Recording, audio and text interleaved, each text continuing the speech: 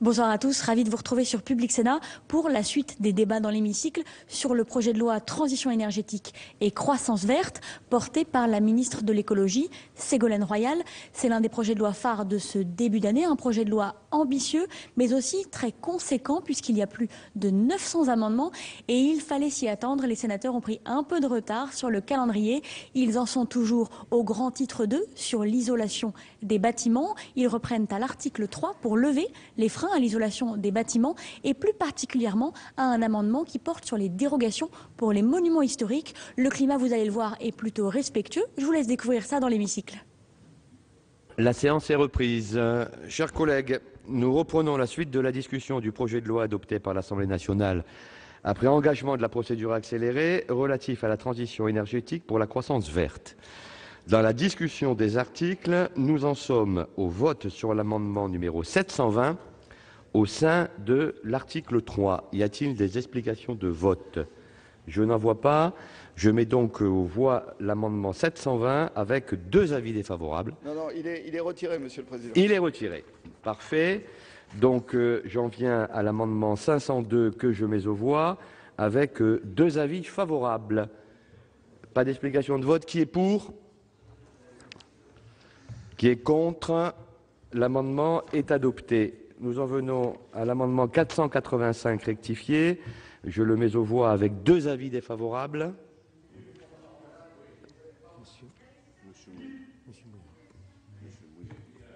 Alors, allez-y, chers collègues. Puis Madame Blandin. Excusez-moi, en soutien de Monsieur Leleux qui vous présente ses excuses, je retire l'amendement 485 rectifié et par contre je sous-amende l'amendement 543 suivant de Madame Monnier. Les deux avaient la même rédaction sur le fond, avec une différence, c'est que M. Leleux allait un petit peu plus loin dans les zones sur lesquelles l'accord de l'ABF était nécessaire, en ce qui concerne les parcs nationaux régionaux, les PNR, et les zones classées au patrimoine mondial. En vue de trouver un accord consensuel dans les différents bancs de notre Assemblée, je retire l'amendement de M. Leleux et je sous-amende l'amendement de Mme Monnier en intégrant les zones sur lesquelles notre pays a pris des engagements internationaux, c'est-à-dire les zones classées au patrimoine mondial, et je retire donc la partie PNR. Merci. Merci, Monsieur Mouillet. Donc l'amendement 485 rectifié est retiré. Quelle est la rédaction exacte de votre sous-amendement? Parce que là, vous en avez donné le contenu, mais nous avons besoin de sa rédaction.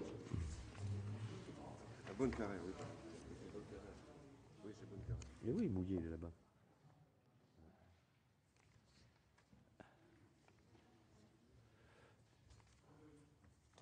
L'amendement préparé par M. Leleux a intégré l'élément suivant. Dans une zone inscrite sur la liste du patrimoine mondial en application de la Convention de l'Organisation des Nations Unies pour l'éducation, la science et la culture du 16 novembre 1972 et dans sa zone tampon. Ce sont ces membres de phrase que je vous demande de rajouter à l'amendement de Mme Monnier. Entendu. Donc ça viendrait après, en application de l'article L331-3 du même code. On rajouterait dans une zone inscrite sur la liste du patrimoine mondial en application de la Convention de l'Organisation des Nations Unies pour l'éducation, la science et la culture du 16 novembre 1972. Absolument. Mais vous ne rajoutez pas « et dans sa zone tampon » ? Si, c'est ce que je me suis permis de vous dire. Donc vous allez jusqu'à la zone tampon. Absolument, puisque les engagements de notre pays portent aussi sur la zone tampon. C'est clair. Bien, c'est clair pour tout le monde ? Il faut l'avis de la Commission. Quel est l'avis de la Commission sur le sous-amendement ?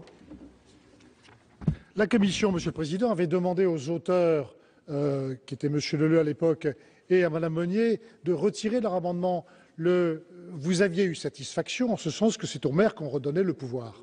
Vous remettiez une contrainte à mon avis inutile. Je voudrais vous rassurer, Madame la Ministre l'avait confirmé aussi, lorsqu'on est dans ces zones dites protégées, C'est le droit courant qui s'applique. Ça veut dire quoi? Ça veut dire que dans ces secteurs-là, il peut y avoir dérogation de temps en temps. Par exemple, si l'architecte des Bâtiments de France autorise le maire, dans certains cas, l'architecte des Bâtiments de France ne donnera pas au maire le pouvoir de déroger. Et donc le droit courant est suffisant. Je pense que ça n'est pas bon d'apporter une contrainte supplémentaire et c'est la raison pour laquelle je vous avais demandé, et à l'un et à l'autre, de bien vouloir retirer vos amendements. Si, quel est l'avis du gouvernement, Madame la Ministre? Même avis que le rapporteur. Bien, alors, le sous-amendement et l'amendement sont maintenus. Oui. Parfait. Donc, nous en arrivons aux explications de vote, puisque je vais mettre aux voix le sous-amendement. Madame Lienemann. Je voudrais soutenir le sous-amendement et l'amendement de Madame Monnier. J'entends bien l'argument de Madame la Ministre et de Monsieur le rapporteur, sauf que nous n'avons pas la même lecture de cette réalité selon que, quand on consulte les professionnels sur la réalité du fait que l'ancienne législation protectrice, ce que nous a expliqué Madame la Ministre ce matin, s'appliquerait de plein droit sur ces terrains en lieu et place de ce qui est proposé. Donc, nous tenons beaucoup à cet appel politique sur la qualité du patrimoine et la non-remise en cause de ce patrimoine. Et nous préférons voter cet amendement comme un amendement qui montre la volonté du Sénat de ne pas être dans le flou sur le fait qu'on reste bien avec cette protection maximale. Et s'il nous est fait la preuve pendant les débats à la CMP, ou si jamais il y avait d'autres lectures, on baliserait pour être sûr de ne pas être redondant. Mais j'ai eu tellement d'expérience, comme les uns et les autres d'entre vous, sur le fait qu'on nous dise oui, c'est déjà couvert par les textes, etc. Et que dans les détails, pile poil, ça ne marche pas. Permettez-moi de vous dire que, vu les consultations juridiques diverses que j'ai autour de moi, je préfère qu'il y ait un acte politique du Sénat à l'étape où nous sommes. Merci. Pas d'autres explications de vote. Donc, je mets aux voix le sous-amendement ainsi libellé, comme je l'ai indiqué tout à l'heure, qui est pour, avec 2 avis défavorables. Qui est pour? Qui est contre? Qui s'abstient? Il est adopté. J'en viens donc à l'amendement maintenant 543 ainsi sous-amendé. Qui est pour? Ah, vous vouliez faire une explication de vote, Madame Blandin. Toutes mes excuses. Allez-y. Merci beaucoup. La Commission de la Culture s'est engagée de très longue date dans la protection du patrimoine, des architectures locales, etc. Et j'en ai été l'animatrice et acteur zélé, parfois même quand la Commission des affaires économiques s'en prenait au choix des architectes des bâtiments de France. Néanmoins, après avoir bien lu et expertisé ce qui nous est proposé, les écologistes auraient préféré, par le premier amendement que nous avions présenté, revenir au texte de l'Assemblée. Il a été retiré dans un souci de recherche de consensus et à l'éclairage des avis donnés par le rapporteur et par la Commission et par la ministre. Nous avons trouvé un consensus qui fait attention au bâti, qui fait attention à l'architecture, qui rend le pouvoir à la sagacité du maire. Si nous votons l'amendement qui nous est proposé aujourd'hui, on retire au maire le pouvoir d'être intelligent et du coup, on va empêcher les choix judicieux au coup par coup.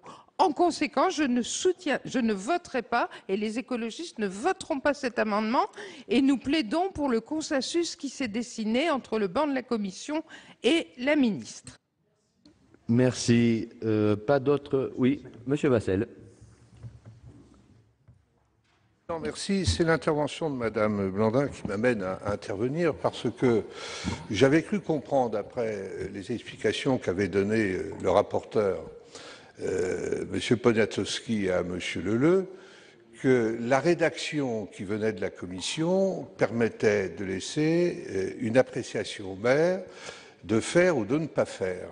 Ce dont je me préoccupe dans le moment présent avant d'exprimer mon vote, c'est de savoir, et là je souhaiterais que le rapporteur puisse nous éclairer, si en adoptant cet amendement, on fait disparaître la rédaction de la Commission en ne laissant plus au maire ce pouvoir d'appréciation et simplement en ajoutant à l'ensemble des mesures dérogatoires celles qui apparaissent dans le texte. Donc il m'apparaît important que cette précision nous soit apportée de telle manière à ce que nous ne soyons pas dans l'erreur au moment où nous allons exprimer notre vote, parce que je comprends tout à fait la démarche qui est faite par notre collègue Madame Meunier et l'amendement qui a été défendu. J'adhère à ce souci, mais il ne faudrait pas que dans le même temps, en voulant bien faire, on puisse être privé de ce pouvoir d'appréciation que la Commission avait voulu donner au maire. Merci. Monsieur le rapporteur. Cher Alain Vassal, tu as très bien compris. Et je remercie Madame Blandin d'avoir expliqué, dans ce cas de figure bien précis, avec l'adoption de cet amendement, le maire n'aura plus aucun pouvoir, y compris de déroger. Et vous l'avez très bien expliqué, je vous en remercie. La raison pour laquelle l'amendement n'aura plus aucun pouvoir, notamment dans ces zones protégées. Or, qu'est-ce qui se passe dans le droit actuel dans ces sites protégés? Parfois, dans certains cas de figure, l'architecte des Bâtiments de France dira « vous ne touchez pas ». Et en général, il a raison, il faut que le maire respecte cette décision. Parfois, l'architecte des Bâtiments de France dira au maire « vous pouvez, dans tel cas de figure, déroger et autoriser ». Mais en adoptant cet amendement, c'est fini, c'est terminé, on a retiré le pouvoir au maire. C'est la raison pour laquelle je souhaitais qu'on adopte et qu'on reste au texte adopté par la Commission des affaires économiques. Merci, monsieur le rapporteur. Madame Monnier. Si j'ai bien compris ce qu'a dit Madame la ministre, elle a expliqué qu'en fait, on n'avait pas besoin de faire cet amendement parce que les zones protégées étaient déjà pas du pouvoir du maire. Donc ça ne change rien. C'était plutôt que notre amendement était redondant.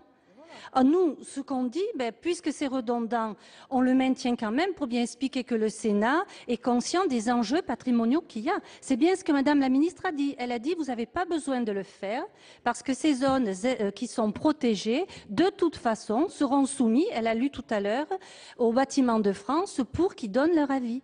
Donc, ce n'est pas enlever le pouvoir au maire parce que de toute façon, en fait, ils ne l'ont pas sur ces servitudes qui sont le classement en ZPPAUP ou en site protégé.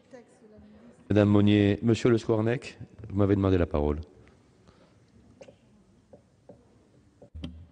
Oui, je pense que, Monsieur le Président, merci, qu'il est temps de consolider les pouvoirs du maire avec l'évolution de l'intercommunalité où les communes perdent un peu de leur pouvoir. Et je serais ennuyé que le pouvoir des maires soit vraiment amputé un peu suite à notre décision de voter tel ou tel article. Donc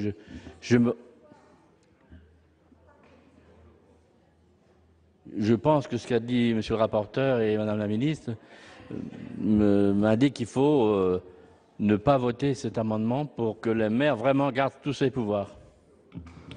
Merci. Bon. Y a-t-il d'autres explications de vote? Je n'en vois pas. Donc je mets aux voix l'amendement 543 sous-amendé précédemment avec 2 avis défavorables. Qui est pour l'amendement 543? 1, 2, 3, 4, 5, 6, 7, 8, 9, 10, 11, 12. Qui est contre? 1, 2, 3, 4, 5, 6, 7, 8, 9, 10, 11, 12, 13, 14. Il n'est pas adopté. Qui s'abstient? Il n'est pas adopté. Nous en arrivons à l'amendement 486 rectifié. Même vote? Même vote. Il n'est pas adopté. Amendement 487. Monsieur Vassel? Parce que M. Lelieu avait très justement expliqué la préoccupation qui était la sienne. Parce que là, on sort du périmètre uniquement des monuments classés ou inscrits à l'inventaire ou des zones qui sont listées par des dispositions réglementaires ou législatives qui les identifient parfaitement. Nous avons, comme l'a expliqué d'ailleurs Gérard Longuet, des exemples de patrimoine en milieu rural d'une qualité, et même en ville d'ailleurs, d'une grande qualité architecturale dont les façades appartiennent à notre patrimoine historique et classés ou non classés, mais qui présentent un intérêt pour ce qui concerne l'histoire architecturale de notre pays. Et il serait dommage que par une disposition de cette nature, cette partie du patrimoine puisse être affectée par les travaux dont il est question dans ce texte de loi. Alors j'ai bien entendu ce qu'a dit Madame le ministre en faisant valoir que certes on peut imaginer que ce que nous demandons, ou ce que demandait notre collègue M. Leleux, puisse être retenu, mais en le faisant, en donnant comme référence uniquement les lois de 48, on ne permettrait pas de réaliser des travaux d'économie d'énergie sur les façades des cours intérieures des immeubles qui, elles, n'ont pas le même caractère architectural que celles qui se trouvent en façade. Donc, mon intervention a juste pour objectif, non pas forcément pour dire il faut adopter les yeux fermés donc cet amendement, mais appeler l'attention de la Haute Assemblée et du gouvernement et du rapporteur et de la commission compétente pour dire profitons peut-être, alors il n'y a pas de navette puisque nous sommes dans une lecture accélérée, mais qu'il y ait au minimum une réflexion conduite entre les deux assemblées pour trouver une rédaction qui permettrait de satisfaire au moins l'esprit de la demande qui est faite, quitte à ce que ceci soit renvoyé à un décret d'application pour en préciser les conditions d'application.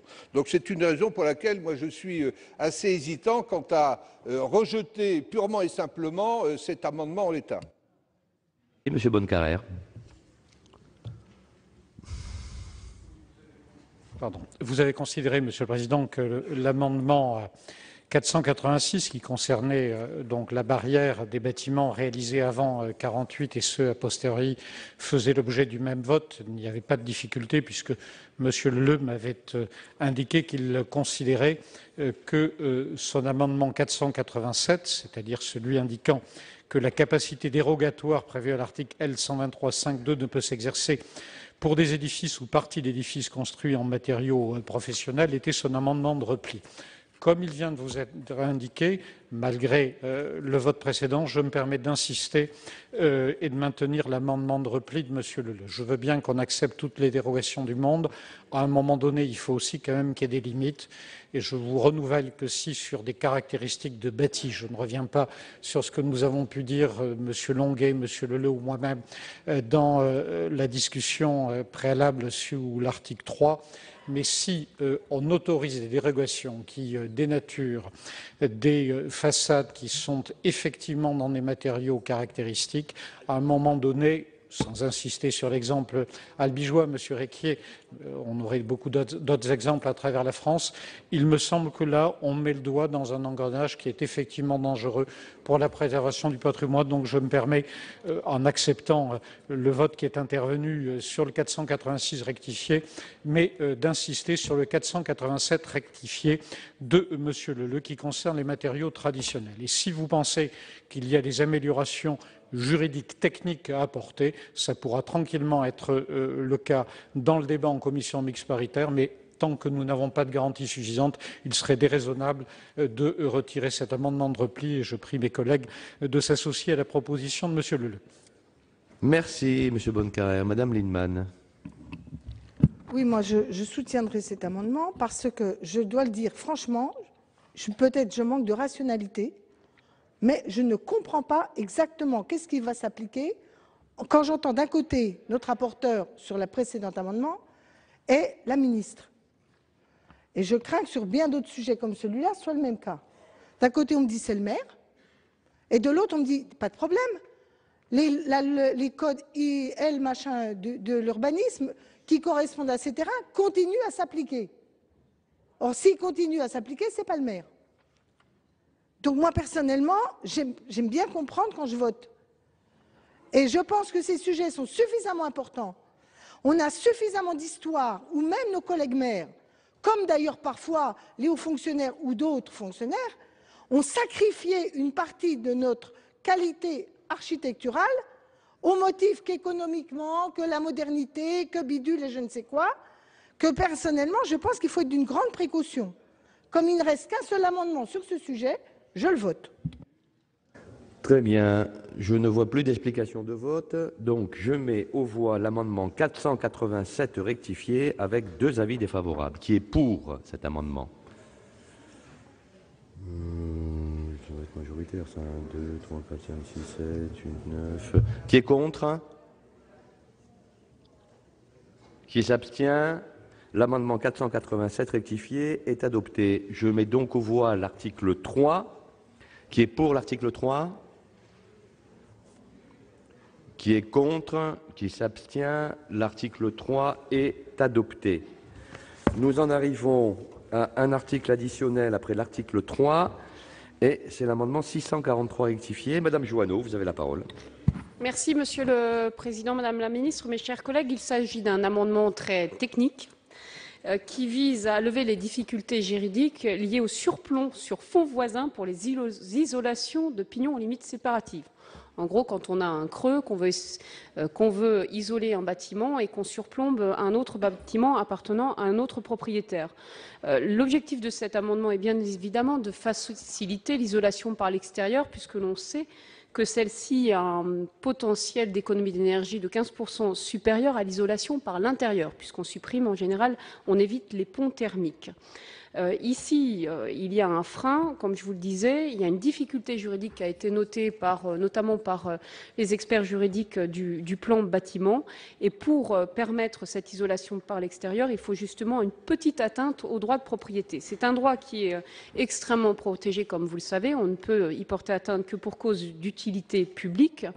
L'isolation, les économies d'énergie et l'environnement font partie des atteintes possibles aux droits de propriété. Ça a été reconnu par la Cour européenne des droits de l'homme. Par conséquent, on vous propose par cet amendement de créer une nouvelle servitude d'utilité publique très limitée, on est sur 50 cm. Je rappelle, alors non mais juste pour être clair, il s'agit quand vous avez 2 bâtiments, vous avez un creux entre 2 bâtiments. Et donc, vous voulez isoler par l'extérieur le bâtiment qui surplombe l'autre. Il s'agit d'autoriser une dérogation sur 50 cm sur le surplomb. Voilà, grosso modo, l'objectif de cet amendement. Comme je vous le disais, ce n'est pas moi qui l'ai rédigé, vous l'avez bien compris, puisque je ne suis pas une spécialiste du droit de l'immobilier. C'est un amendement qui a été rédigé par nos collègues du plan bâtiment. Merci. Quel est l'avis de la Commission, Monsieur le rapporteur? Mes chers collègues, oui, la Commission a donné un avis défavorable. Je voudrais quand même attirer votre attention sur le fait qu'au regard du droit de propriété, c'est un vrai problème. Ça veut dire que si quelqu'un veut isoler par l'extérieur, comme l'a très bien expliqué notre collègue Madame Jouanneau, ça va déborder. Ça peut déborder de beaucoup. Ça peut déborder de 50 cm. Et le ou les voisins n'auront donc plus rien le droit de dire si on accepte cet amendement. C'est une vraie atteinte au droit de propriété. Alors, non mais, aujourd'hui, qu'est-ce qui se passe aujourd'hui? Ça arrive, mais on oblige à ce moment-là celui qui veut faire ses travaux à aller discuter avec ses voisins. Il y a la possibilité de négocier. Il y a parfois le problème n'est pas si brutal que ça. Quand ce sont des immeubles qui ne se touchent pas et c'est un débordement sur un jardin simplement, ce n'est pas dramatique. Et en général, il y a des accords de voisinage. Quand ce sont 2 propriétés quasiment qui se touchent avec le débordement au-dessus de l'immeuble voisin, c'est un vrai problème. Et dans ce cas-là, c'est là, je dirais, les 2 vont devant la justice. Mais il est très rare qu'effectivement que l'on donne le droit à celui qui veut faire ses travaux de déborder au-dessus du voisin. Enfin, en tous les cas, c'est la raison pour laquelle, en commission, nous avons donné un avis défavorable. Et, chers collègues, ma demande est de le retrait de cet amendement et si ce n'est pas retrait, c'est défavorable. Merci, Monsieur le rapporteur. Quel est l'avis du gouvernement, Madame la ministre? Le même avis que le rapporteur et préfère des arrangements amiables entre voisins, car en effet, il faudrait préciser la taille au moins du débord si on s'engageait dans cette direction-là. Et donc, en effet, face en plus à l'aléa de cette dimension, je ne pense pas que l'isolation mesure 50 cm, cela dit, je pense que c'est quelques centimètres, mais ça peut aussi relever d'un accord amiable ou de dispositions conventionnelles au niveau d'un territoire pour ne pas empêcher effectivement les travaux d'isolation sans porter atteinte à la limite de propriété. Merci, Madame la Ministre. Monsieur le Président Mézard. Merci, Monsieur le Président, Madame la Ministre, mes chers collègues. Je trouve que c'est un amendement qui est dangereux. Dangereux, oui, parce que ça porte atteinte à des dispositions. Monsieur Dantec, on peut avoir le droit de s'exprimer, de ne pas être d'accord avec vous. Hein. On sait bien que vous faites tout ce que vous voulez en matière d'écologie, mais vous allez nous laisser nous exprimer. Je dis bien que cet amendement, il est dangereux. Il y a des règles du Code civil qui ont un sens. Et là, c'est pas d'ailleurs un amendement de civiliste, ça se voit. C'est un amendement très administratif, très technique, chers collègues, sans aucun doute. Mais là, vous permettriez à un propriétaire qui veut isoler par l'extérieur, dans tous les cas de figure, d'aller coller sa protection extérieure en surplombant de 50 cm dans des conditions qui sont effectivement une atteinte générale au droit de propriété dans ces cas-là. Or, et en plus, il faut aller jusqu'au bout. Il est indiqué que s'il y a des contestations, ce qui est quand même assez original, eh bien les contestations, elles sont soumises obligatoirement à une médiation préalable, à peine d'irrecevabilité d'une demande contentieuse, et vous obligez le président du tribunal de grande instance statuant en référé à désigner un médiateur. C'est quand même pas rien. Parce que si on fait ça dans ce cas-là pour déborder de 50 cm, il va falloir le généraliser dans bien d'autres cas. On ne peut pas à la fois toucher de cette manière aux principes du Code civil et on ne peut pas en plus toucher à des principes de procédure civile qui me paraissent quand même relativement importants, à moins de modifier tout. Donc je crois que ce n'est pas une bonne chose et je rappelle qu'il existe ce qu'on appelle la servitude de tour d'échelle. Quand il y a quelqu'un qui bloque, pas pour le surplomb, mais en tout cas pour aller faire les travaux, on peut obtenir par la servitude du tour d'échelle le fait d'y aller. Donc il faut faire attention à des choses qui paraissent extrêmement mesurées, simples, mais qui en fait ne le sont pas du tout et qui sont une porte ouverte à la multiplication de véritables contentieux. Merci, Monsieur Mézard. Madame Joanneau. Monsieur le Président, je vais retirer cet amendement, mais je veux vraiment soulever le problème. C'est un point qui m'a été présenté par les experts du plan bâtiment, qui est soulevé par eux-mêmes comme un des freins à l'isolation par l'extérieur, puisque on peut le faire si on porte atteinte au domaine public, on ne peut pas le faire effectivement sur le domaine privé. Donc il faudra sans doute que vos services se penchent sur le sujet et y apportent des réponses concrètes. Merci. L'amendement est maintenu. Ah, il est retiré. Parfait. Donc, nous en arrivons à l'article 4 et M. Mouillet m'a demandé la parole. Oui. Monsieur le Président, Madame la Ministre, mes chers collègues, alors quelques mots pour aborder l'article 4, notamment au nom de la délégation aux collectivités territoriales. L'article 4 traite des performances énergétiques et environnementales des nouvelles constructions. Dans le texte initial du projet de loi, cet article était centré sur 3 dispositifs. D'une part, la possibilité pour le règlement du PLU d'imposer aux constructions de respecter des performances énergétiques et environnementales renforcées et une production minimale d'énergie renouvelable.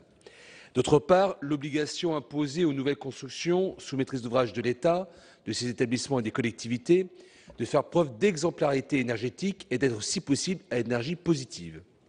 Enfin, la possibilité d'appliquer le bonus de constructibilité aux constructions satisfaisant des critères de performance environnementale.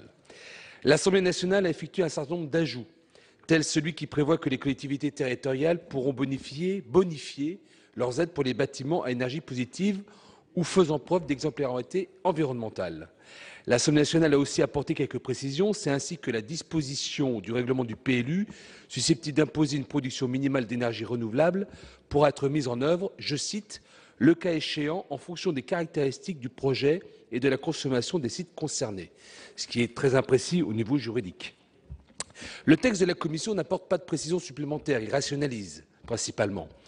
L'article 4 se présente ainsi aujourd'hui comme une honnête tentative d'introduire la préoccupation de la performance énergétique et environnementale dans l'acte de construire, que cela passe par le droit des sols ou par le devoir de l'exemplarité, ou encore par les incitations financières, ou enfin par la sensibilisation des utilisateurs des bâtiments nouvellement construits. Tout cela est incontestablement utile, car la performance énergétique et environnementale est un élément essentiel de la transition du projet de loi. Cependant, on perçoit bien au simple énoncé des dispositions de l'article 4 le degré fléchissant de normativité de ce texte. Là, nous abordons la problématique de la complexité. Car ce qui est insuffisamment normatif dans un texte législatif crée à la fois des exigences et un vide. La délégation a reçu mission de se demander si ce vide ne risque pas d'être comblé au détriment des finances ou de la souplesse de gestion des collectivités ou de leur liberté d'administration. De ce point de vue, la délégation s'est intéressée à la disposition de l'article 4 qui, d'une part, pose le principe que toute nouvelle construction réalisée sous maîtrise d'ouvrage de l'État et de ses établissements publics doit faire preuve d'exemplarité, et qui, d'autre part, prévoit que la même construction doit, chaque fois que cela est possible, être énergie positive. Ces dispositions sont pour nous combinatoires en ce qu'elles disposent sur le ton du commandement que toutes les nouvelles constructions sous maîtrise d'ouvrage public font preuve d'exemplarité. Elle est incantatoire en ce que ce commandement n'est intégré dans aucun code. Il s'agit d'une disposition, pour ainsi dire, hors sol, mal intégrée à l'ordonnancement juridique. La seconde obligation, celle qui impose aux constructions nouvelles d'être à énergie positive ou à haute performance environnementale, sont tout aussi incantatoires dans la mesure où elle s'appliquera chaque fois que possible. Mais qui peut déterminer le sens de ce « chaque fois que possible » ? Le pouvoir réglementaire ? Le juge ? On ne sait. De plus, il faudra déterminer ce que c'est que l'exemplarité énergétique et environnementale, d'un point de vue juridique, et ce que veut dire à haute performance environnementale. En avons-nous aujourd'hui la connaissance au moment de voter la loi? Pas véritablement. Et c'est en fonction de cette analyse et de ces inquiétudes, sans remettre en cause le fond de la loi, que les rapporteurs de la délégation ont déposé un amendement destiné à minimiser les risques financiers et juridiques. Je vous remercie. Merci, Monsieur Mouillet. L'amendement 78 n'est pas défendu. Et nous en arrivons à 6 amendements en discussion commune, en commençant par le 202 rectifié terre. Monsieur Pointreau, vous avez la parole. Écoutez, nous travaillons en binôme avec mon collègue Philippe Moulier à la délégation des collectivités territoriales, et cet amendement est un amendement de simplification et de clarification, puisqu'il pose le principe que toute nouvelle construction réalisée sous la maîtrise d'ouvrage de l'État et de ses établissements publics ou des collectivités territoriales devra faire preuve d'exemplarité énergétique et environnementale et sera chaque fois que cela est possible à énergie positive ou à haute performance environnementale. C'est vrai que c'est une disposition, on l'a déjà dit, manifestement incantatoire et qui ne serait de surcroît intégrée dans aucun code, pose de lourdes interrogations juridiques, puisque la notion d'exemplarité énergétique et environnementale, ou même les qualificatifs à énergie positive ou à haute performance environnementale, sont tout à fait imprécis. Aussi pourrait-il conduire à une réglementation d'application excessivement contraignante et coûteuse, ainsi qu'à des risques de contentieux. En outre, cette disposition semble superfétatoire, puisqu'il existe d'ores et déjà des objectifs de performance énergétique incitatifs ou contraignants pour les bâtiments neufs, et ces derniers doivent tout d'abord satisfaire aux caractéristiques énergétiques fixées par la réglementation thermique 2012, et de plus, les collectivités territoriales qui souhaiteraient faire preuve d'exemplarité en matière de développement durable peuvent tout à fait s'engager dans une démarche de labellisation ou de certification sans cela. Il faut préférer des démarches souples à l'inscription dans la loi d'un principe général relevant du droit gazeux. Comme le rappelait le Conseil d'État dans son étude annuelle sur le droit souple, il n'est pas souhaitable de voir se développer dans les instruments de droit dur que sont les lois et les décrets, des énoncés qui relèvent en réalité du droit souple et ne sont pas normatifs. Enfin, l'étude d'impact est muette quant aux conséquences financières de cette obligation d'exemplarité, et dans la mesure où la La RT 2012 renchérit déjà les coûts de construction de 5% à minima selon le ministère en charge de l'écologie. Un alourdissement des dépenses d'investissement des collectivités territoriales est fortement probable. Donc, en fin de compte, il apparaît que les principes généraux de ce dispositif pourraient être maintenus à condition d'en retirer les éléments potentiellement les plus contraignants, et il s'agirait ainsi de remplacer ce qui ressemble à une obligation de résultat par une obligation de moyens. Voilà donc les termes de cet amendement, sans enlever le fond du sujet. Je crois que c'est un amendement vraiment de clarification et de simplification. Merci, Monsieur Pointreau. Vient en discussion maintenant 2 amendements identiques. Le 29 rectifié, Monsieur Rovet. Oui, merci, Monsieur le Président, Madame le Ministre, Monsieur le rapporteur. Chers collègues, voilà qu'on a des approches très techniques, tout ça, et qui peuvent être un peu différentes en fonction des éléments d'information que nous avons pu avoir. Simplement, je voudrais dire que les surcoûts constructifs des bâtiments à énergie positive, et Madame le Ministre, on en a beaucoup parlé hier, et bien entendu, tout ce qui va pouvoir permettre de développer des locaux à énergie positive, on est tout à fait favorable, sous réserve bien sûr que ça ne devienne pas dissuasif financièrement. Et donc, les coûts constructifs sont élevés par rapport aux logements basse consommation.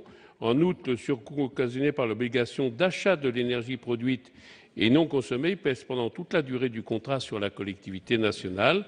Il est proposé de retirer le terme d'énergie positive et de le remplacer par haute performance thermique et à moindre émission de gaz carbonique, ce qui, d'une certaine façon, aboutit au résultat que vous souhaitez, mais peut-être est un peu moins contraignant. Merci, Monsieur Revet. Nous en arrivons au 400 rectifié. Madame Prima. Il vient de défendu brillamment par mon collègue Revet. Parfait. Alors, le 721, Monsieur Dantec. Je me sens un peu seul dans le groupe d'amendements parce que j'ai l'impression qu'il n'est pas exactement de même philosophie. J'ai l'habitude et puis il arrive que, malgré tout, la sagesse collective fasse que nous nous retrouvions. L'Assemblée nationale prévoyait donc que les nouvelles constructions de l'État, de ses établissements publics ou des collectivités territoriales fassent preuve d'exemplarité énergétique et environnementale.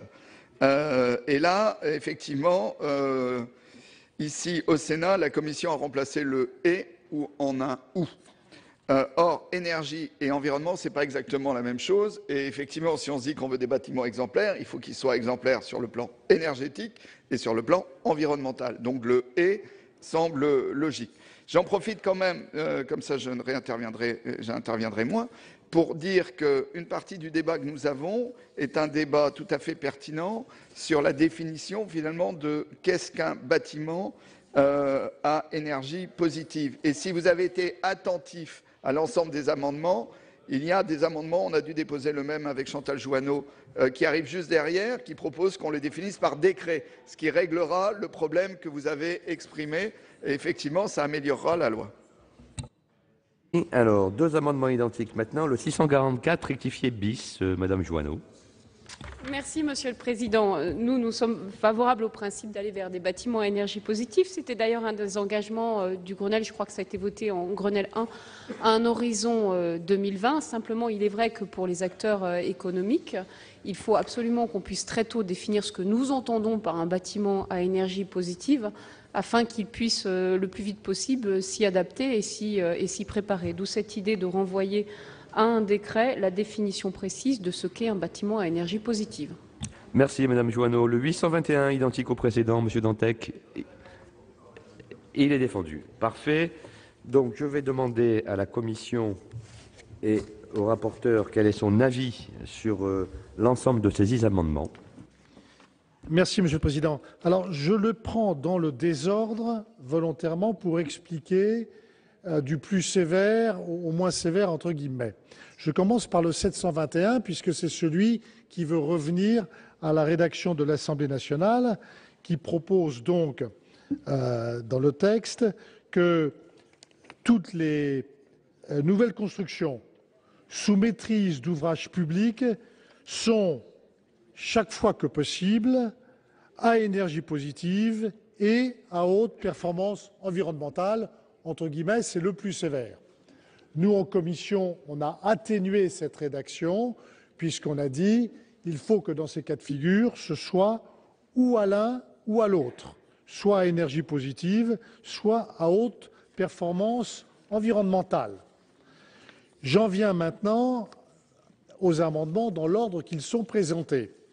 Le 202 est celui qui, entre guillemets, s'en éloigne le plus, si je puis dire, parce que, en fait, même, ce n'est pas un alinéa qui est, entre guillemets, très méchant, hein, parce qu'il dit que chaque fois que possible, il faudrait que ce soit à énergie positive ou à haute performance environnementale.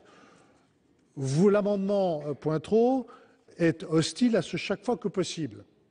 Donc, je voudrais qu'on le supprime complètement. Autrement dit, il n'y a plus d'obligation pour les bâtiments sous maîtrise d'ouvrage d'État ou collectivité territoriale de répondre à ces contraintes énergie positive. Donc, c'est celui qui, entre guillemets, voudrait... D'ailleurs, vous auriez pu tout simplement demander la suppression de l'alinéa 3. Hein. Ça serait revenu, je dirais, au même. Alors, les deux autres sont atténus entre deux, sont plus sévères que l'amendement Pointereau et donc moins sévères, si je puis dire, que... Non, moins sévères que Pointereau et plus sévères que l'amendement adopté en commission. Donc vous êtes entre deux. Par rapport à ces trois amendements, ce que je voudrais vous dire, c'est que forcément la préférence est la rédaction que nous avions adoptée en commission. Les deux derniers amendements, qui sont alors pour le coup différents, en commission, nous avons pris une décision de sagesse. L'article 4 de la Grenelle définit les bâtiments à énergie positive comme des bâtiments dont la consommation d'énergie primaire est inférieure à la quantité d'énergie renouvelable produite dans ces constructions. Bon, c'est une définition, certes, qui date de 2010.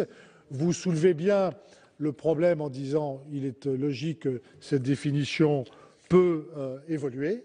D'ailleurs, c'est pour ça que c'est renvoyé à un décret. Et donc, nous avons décidé d'adopter une solution de sagesse en écoutant les explications du gouvernement. Merci. Monsieur le rapporteur, sur le 202 rectifié terre, le 29 rectifié et le 400 rectifié, votre avis est défavorable? Car vous avez établi une gradation dans la sévérité?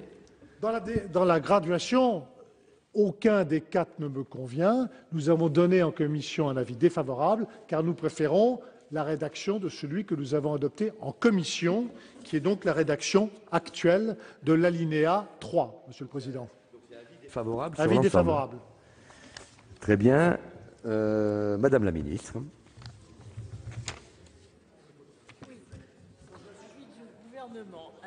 Merci, Monsieur le Président. Donc, nous avons là un débat qui est très technique, mais très important, parce que c'est vrai qu'il a d'ailleurs occupé beaucoup de temps à l'Assemblée nationale.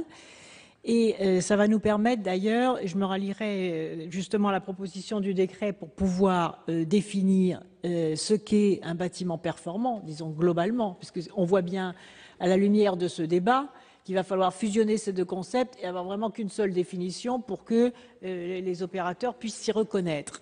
Pourquoi est-ce qu'au départ, le texte était cumulatif, c'est-à-dire les deux? Parce qu'il y a une différence entre le bâtiment à énergie positive, qui est essentiellement, comme son nom l'indique, concentré sur l'énergie, c'est-à-dire qu'il produit au moins autant, voire plus d'énergie qu'il n'en consomme, donc un bâtiment à très grande efficacité énergétique, qui est d'ailleurs défini effectivement dans le Grenelle, et le bâtiment à haute performance, qui est un concept beaucoup plus large, puisqu'il intègre l'empreinte carbone, la gestion de l'eau, la gestion des déchets, l'utilisation des matériaux, etc. Et pourquoi il y avait cumulatif? Parce que vous pouvez être un bâtiment à énergie positive est une passoire thermique, au sens où si vous installez une centrale photovoltaïque sur le toit et que vous revendez l'énergie sur le réseau, vous allez produire plus d'énergie que vous n'en consommez, mais le bâtiment, lui, peut être une passoire thermique complète, avec une empreinte carbone importante, etc. Donc c'est bien la combinaison des deux, c'est-à-dire un bâtiment performant sur le plan environnemental et à énergie positive qui constituent la nouvelle génération des constructions. Cela dit, il y a effectivement un problème d'interférence puisque dans le bâtiment à haute performance environnementale, il y a aussi une partie de performance énergétique par définition. Donc c'est vrai que l'effet cumulatif pose un peu problème. Et donc, la solution, sans doute, c'est d'accepter le texte de la Commission, qui met où, mais de définir assez rapidement, effectivement, dans le décret. C'est pour ça que je crois que l'amendement de Mme Joanneau est utile, c'est-à-dire qu'il faut maintenant définir assez rapidement dans le décret, d'autant plus qu'il y a les bonus qui s'attachent aux bâtiments à énergie positive et à haute performance environnementale. Mais ce décret n'est pas très difficile à faire puisqu'on connaît les critères, et votre commission d'ailleurs les décrit assez bien dans son rapport, de la haute performance environnementale et de l'énergie positive. Et en combinant les deux, on voit bien, puisque les opérateurs d'ailleurs des filières du bâtiment, maintenant ont parfaitement défini les critères, puisque quand ils offrent des possibilités de construction énergie positive, je vois pardon de citer un exemple dans ma région, mais les nouveaux centres de formation des apprentis, ils sont à énergie positive, construction bois et à haute qualité environnementale. Donc ils ont tous les critères que maintenant les filières bâtiments les plus performantes maîtrisent parfaitement, c'est-à-dire qu'ils vont du choix des matériaux jusqu'à l'énergie positive, en passant par le retraitement des déchets, la récupération des eaux de pluie, les toits végétalisés, etc., avec une palette de choix qui fait que maintenant les collectivités territoriales peuvent choisir en toute connaissance de cause la façon dont elles peuvent construire des bâtiments qui sont à la fois à haute performance et bien évidemment à énergie positive, mais la vraie énergie positive, c'est-à-dire celle qui profite au bâtiment lui-même et non pas le surplus d'énergie remis sur le réseau alors qu'on aurait un bâtiment très faiblement efficace sur le plan énergétique. Donc votre avis est défavorable, Madame la Ministre, aux 4 premiers. Donc l'avis est défavorable, enfin suggestion de retrait aux 4 premiers et avis favorable pour l'amendement qui prévoit la clarification par un test qui sera d'ailleurs très rapidement pris et que je pourrais sans doute vous communiquer avant la fin, dans le projet, avant la fin de nos débats. Merci, Madame la Ministre, c'est clair. Alors, je vais mettre aux voix l'amendement. Monsieur Pointreau. Évidemment, je maintiens mon amendement. Mes chers collègues, je pense qu'à un moment donné, vous êtes comme tous confrontés à nos élus locaux, nos maires. Quand vous rentrez chez vous, ils nous le disent, on a trop de contraintes dans nos collectivités, à un moment où les dotations sont en baisse, et que vous allez leur dire, quand vous allez rentrer, que vous avez voté une contrainte supplémentaire dans cet article 4, moi je me pose la question, qu'est-ce que vous allez leur dire? Que ce n'est pas de votre faute, c'est de la faute de ceux qui ont fait le décret parce que l'administration en a rajouté, ou c'est de la faute de l'Europe parce que c'est une... mais non, vous ne pourrez pas vous en cacher, parce qu'à un moment donné, il faut prendre ses responsabilités. On ne peut pas dire d'un côté, il y a trop de normes, il y a trop de contraintes, etc., et puis que nous, on en rajoute à chaque fois une couche. Il faut qu'on arrête. Nos concitoyens en ont ras-le-bol de ces contraintes à la fois financières, normatives. Et je crois que vous ne pouvez pas avoir un double jeu à un moment donné. Il faut le dire à nos élus, comment ils vont faire pour financer ce qu'on est en train de leur préparer, à savoir qu'il faut être en énergie positive, qu'il faut que les bâtiments soient à haute performance énergétique. Mais enfin, à un moment donné, il faut savoir comment on finance tout cela. Et moi, je n'ai pas envie, quand je vais voir mes élus, de leur dire écoutez, ça s'est voté au Sénat. Moi, j'ai vu un certain nombre de mes collègues qui l'ont voté. Moi, je ne veux pas voter ce genre de choses parce que je sais très bien que nos collègues dans nos communes, notamment les communes les plus modestes, ne pourront pas s'adapter à cette situation, ne pourront pas financer toutes ces opérations. Donc je vous demande, mes chers collègues, de regarder de plus près les choses et de voter cet amendement 202 rectifié, parce qu'il fait partie d'une avancée que nous voulons avoir au niveau du Sénat, c'est-à-dire qu'on soit au Sénat le moteur de la simplification. On ne peut plus continuer à en rajouter. D'abord, on légifère trop, je crois que nos concitoyens nous le disent en permanence. On devrait moins légiférer dans cet hémicycle, on devrait davantage travailler sur la suppression d'un certain nombre de contraintes et de complexités administratives. Je crois que c'est ce qu'attendent nos électeurs et nos concitoyens, nos élus locaux. Je crois que c'est une volonté du président Larcher qui a voulu mettre une mission au sein de la délégation des collectivités territoriales pour diminuer la pression normative. Eh bien, écoutez, je crois que le moment est venu d'accompagner cette politique. Merci. Merci, Monsieur Dallier. Merci, Monsieur le Président. Madame la Ministre, j'ai co-signé cet amendement, mais alors bien évidemment, je vais le voter. Il y a deux problèmes dans les dispositions qui nous sont présentées. Effectivement, la définition de l'énergie positive. Alors, on nous renvoie un décret. Bon, c'est très bien, mais enfin, effectivement, on ne sait pas aujourd'hui à quelle sauce nous serons mangés. Ensuite, chaque fois que c'est possible, moi, j'ai du mal à comprendre ce que ça veut dire, puisqu'on parle de nouvelles constructions réalisées par une collectivité locale et l'État. Alors, ça veut dire quoi chaque fois que c'est possible? Est-ce que c'est une question de coût? Parce que techniquement, a priori, je ne vois pas la difficulté si on décide de le faire, mais il y a aussi les questions de coût. Vous nous dites que c'est un surcoût de 5%.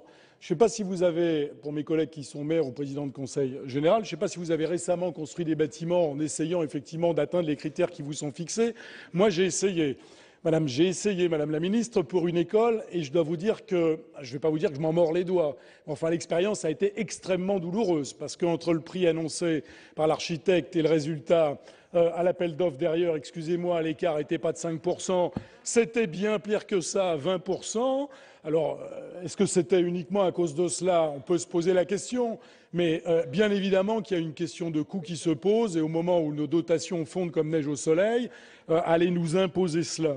Donc chaque fois que c'est possible, moi j'ai envie de dire à ce moment-là, enlevez-le, imposez clairement dans la loi l'obligation, puisque je ne vois pas comment une collectivité pourrait se défendre en disant non, moi je ne peux pas le faire, sauf effectivement au regard de critères financiers.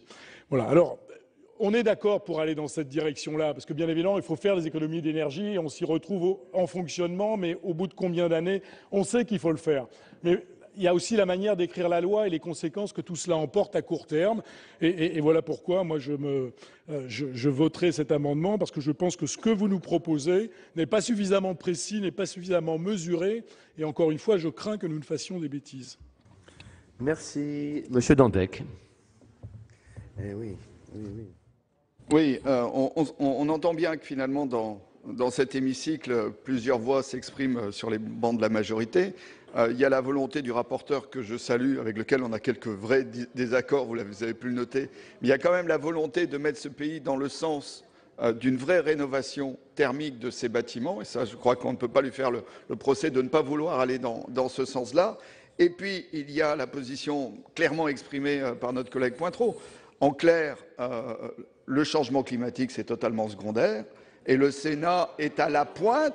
Mais bien, alors, attendez, chers collègues. Soit c'est important et on met l'action publique en cohérence pour atteindre les objectifs, soit c'est demain on rase gratis et demain on fait des efforts sur le changement climatique. C'est ça exactement qui se joue là. C'est ça ce qui se joue. Il n'est pas possible de demander aux Français de s'engager dans une dynamique de qualité du bâti si on n'a pas d'exemplarité de la puissance publique. Ça n'est pas possible. Ça n'est pas possible. De plus, on sait très bien qu'aujourd'hui, les surcoûts ne sont pas si importants et qu'on va s'y retrouver en termes de fonctionnement. C'est de la bonne gestion. C'est de la bonne gestion. Et enfin, troisième point, on ne doit pas vivre exactement au même endroit, parce que moi, je sais que dans l'agglomération nantaise, aujourd'hui, on a des citoyens extrêmement vigilants à la qualité du bâti. C'est-à-dire que si on fait un bâtiment neuf sous puissance publique qui soit une passoire thermique, on va se faire allumer, et à raison, par nos concitoyens qui vont nous trouver irresponsables par rapport aux grands enjeux énergétiques et climatiques. Donc si on retire cet élément de la loi, à partir du moment où on est bien d'accord pour préciser, et là je trouve que le rapporteur et la ministre ont une position cohérente en disant on garde cette position et on prend le décret. D'ailleurs, moi, je vais retirer mon amendement pour bien montrer qu'on cherche effectivement du consensus. J'ai entendu la demande du rapporteur et de Madame la ministre. Mais si on enlève ce genre de choses, ça veut dire qu'on dit clairement le Sénat dit clairement la France ne doit pas faire d'efforts sur ses objectifs climatiques et énergétiques. Ça veut dire ça parce que la puissance publique doit être exemplaire, c'est absolument essentiel, et on ne créera pas de filière avec les artisans, avec le bâtiment, et ça serait vraiment, encore une fois, choisir l'attente plutôt que l'action. Merci, M. Dantec. M. Miquel. Merci, Monsieur le Président. Moi, je ne voterai pas cet amendement. C'est un amendement de régression que vous nous proposez. Les collectivités doivent être exemplaires. L'émulation doit venir des collectivités. J'ai présidé un conseil général pendant 10 ans. J'ai construit plusieurs bâtiments à énergie positive. Et mon successeur, quand vous vous exprimez, je vous écoute, ma chère collègue. Alors faites-en autant. Mon successeur se réjouit aujourd'hui du travail que nous avons accompli. Nous avons des économies en matière de fonctionnement qui sont importantes. Et nous avons eu un surcoût, bien sûr, que j'ai évalué à l'époque de la construction à 15%. Oui, je l'ai évalué à 15%. Mais les entreprises locales ont eu accès à ces marchés. Elles ont appris d'autres techniques. Elles les ont mises en œuvre. Et aujourd'hui, je connais une entreprise de mon département qui fait des constructions en bois, qui réalise des ouvrages importants, qui a créé des emplois parce qu'elle a commencé à travailler pour le Conseil général sur un bâtiment exemplaire. Alors, ne soyons pas... Si les collectivités ne donnent pas l'exemple dans cette affaire, comment nous retrouverons-nous? Nous avons besoin que les collectivités fassent la démonstration que ça marche et qu'on peut obtenir des résultats en matière d'économie d'énergie qui sont substantiels. Je crois que nous devons tous aller dans cette direction. Mon département construit 2 collèges aujourd'hui et ils seront à énergie positive. Monsieur Miquel, Madame Prima, vous avez la parole. Merci, Monsieur le Président. Pardonnez-moi, Monsieur Miquel, d'avoir été un peu rapide dans ma réaction. Mais je suis extrêmement choquée par ce que j'entends. Extrêmement choquée. Les maires sont-ils des ânes?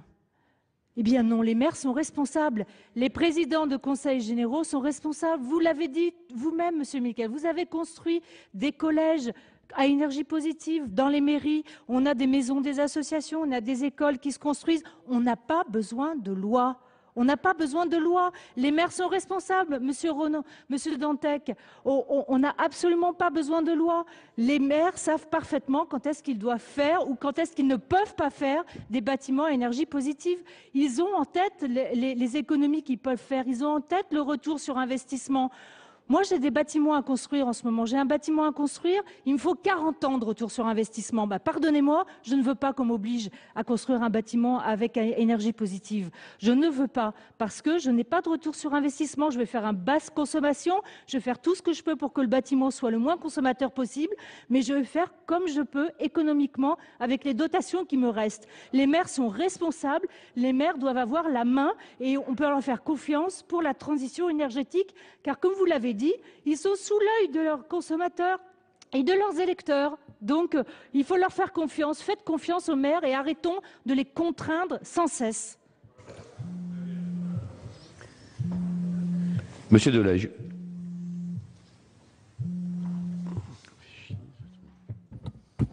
Merci, Monsieur le Président. Chers collègues, on est en train d'écrire une loi. On n'est pas en train de faire un programme électoral. Chers collègues, je vous ai entendu, je ne sais combien de fois, nous expliquer que c'était indigne de faire le procès des collectivités territoriales. Et vous aviez raison. Et qu'est-ce que j'entends ici aujourd'hui dans cet hémicycle, alors que nous en sommes les représentants? C'est que les collectivités territoriales feraient n'importe quoi, qu'on ne pourrait pas leur faire confiance. Mais qu'est-ce que j'entends? Ce n'est pas la réalité du terrain, et vous le savez très bien. Et Monsieur Miquel, vous venez de donner l'exemple de votre département, et j'ai eu la chance de le visiter avec vous. C'est un département très bien administré et qui n'avait pas besoin d'une loi pour savoir ce que vous aviez à faire.